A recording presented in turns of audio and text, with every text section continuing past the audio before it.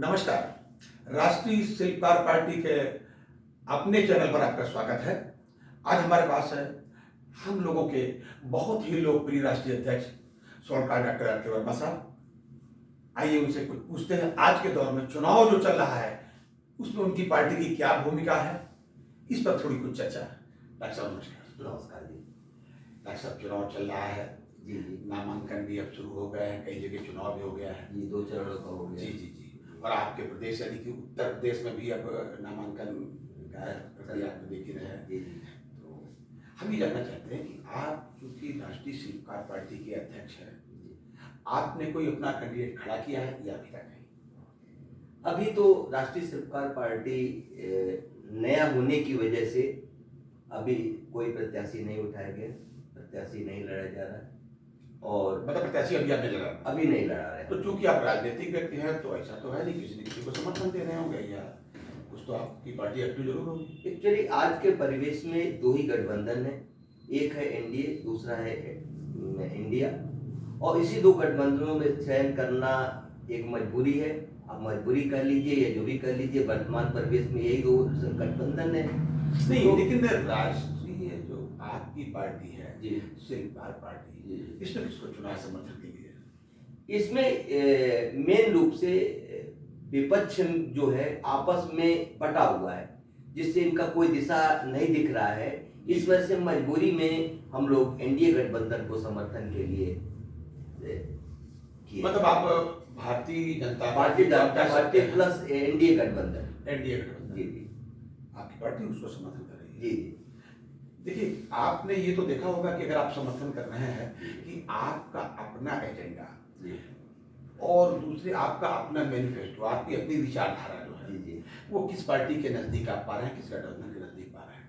हम लोग की विचारधारा तो मुख्य रूप से ये है कि हम लोग ये चाहते हैं कि पब्लिक को अच्छी सुविधा मिले, जिसमें कि शिक्षा आता है जो निःशुल्क हो और अच्छी तरीके से हो, दूसरा आता है चिकित्सा हो, और इसके साथ साथ नौकरी एवं रोजगार हो। और ये एनडीए के नज़दीक आता है और इनसे हम लोग प्रयास भी कराएंगे कि जो भी हम लोग एजेंडे हों तो एनडीए के माध्यम से जब सरकार आए, इन भाजपा और एनडीए की, तो उसमें हम लोग अपने एजेंडे के माध्यम से अपनी बात रखें और उस काम को करें। लेकिन अभी तो चुनाव काफी बाकी है, आप तो अभी से सरकार आने तक के लिए बड़े आसानी सरकार इसलिए आसानी कर रहे हैं कि विपक्ष एकजुट नहीं है और इंडिया का मतलब एनडीए जो है काफी मजबूत रूप से काम कर रहा है।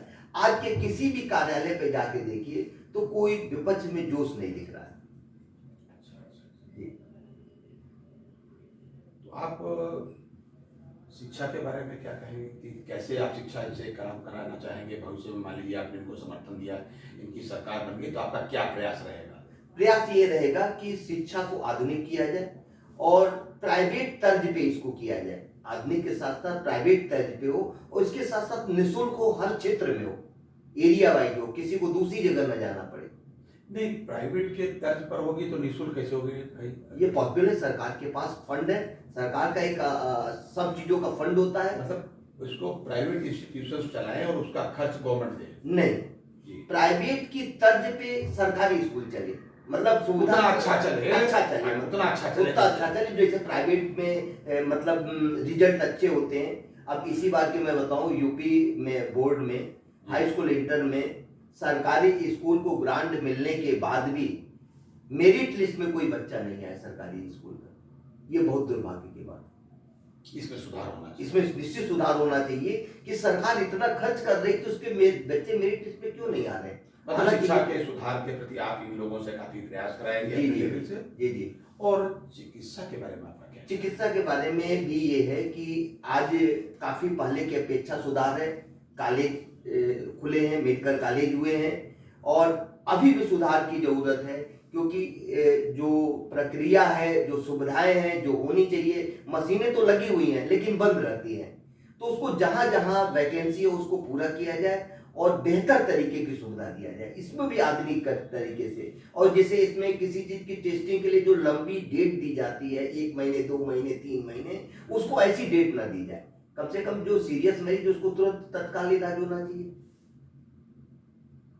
नहीं, एक सवाल और ये कि आज देखा जा रहा है आज के दौर में ये जो खर्च इस पर आता है, जी सरकार के तमाम प्रयासों के बावजूद जी जी बहुत से तरीके के इलाज ऐसे हैं जिसमें सरकारी हॉस्पिटल्स में भी काफ़ी खर्च आता है। जी जी उसको कैसे कम करेंगे आप? इसमें आप देखते होंगे कि सरकारी जो खर्च होता है, इसकी एक फंड सरकार की तो पहले से निर्धारित होती है।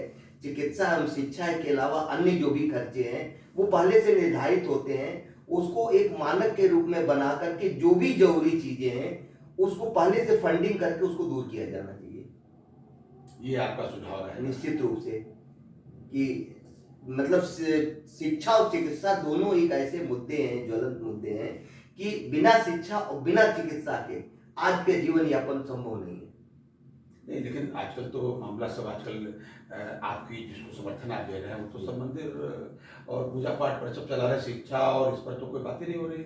नहीं देखिए, रोजगार पर भी कोई बात करो तो लोग नाराज हो जाते हैं। लेकिन धर्म तो राजनीति से एकदम अलग होना चाहिए। हर आदमी, कोई भी व्यक्ति, ऐसा आपका मानना है? जो भी किसी पार्टी में हो धार्मिक हो सकता है, अपने धर्म को मान सकता है, लेकिन वो एकदम अलग है और जो लोगों को सुविधाएं देना है ये अलग है।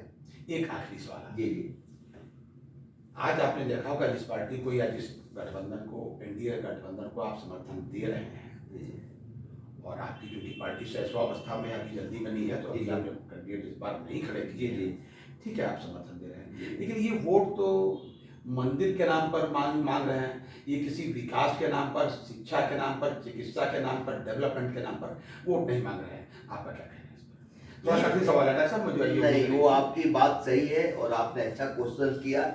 ये वो भारतीय जनता पार्टी का है।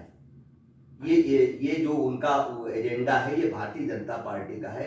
हम लोग का एजेंडा विकास, चिकित्सा, शिक्षा, रोजगार, नौकरी पे रहेगा और इसी पे हम लोगों को कहेंगे और सरकार बनने के बाद हम लोग दबाव भी बनाएंगे कि इस चीज को पूरा किया जाए। जो पब्लिक आपको वोट दे करके सरकार बनाने के काम आई है तो निश्चित रूप से पब्लिक का काम होना चाहिए। धन्यवाद डॉक्टर साहब।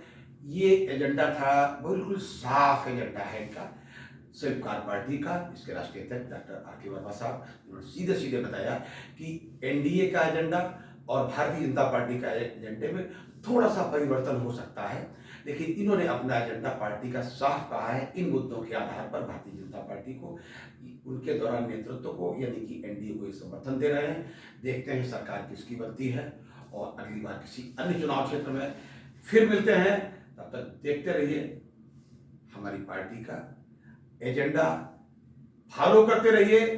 जय हिंद, जय भारत। बहुत बहुत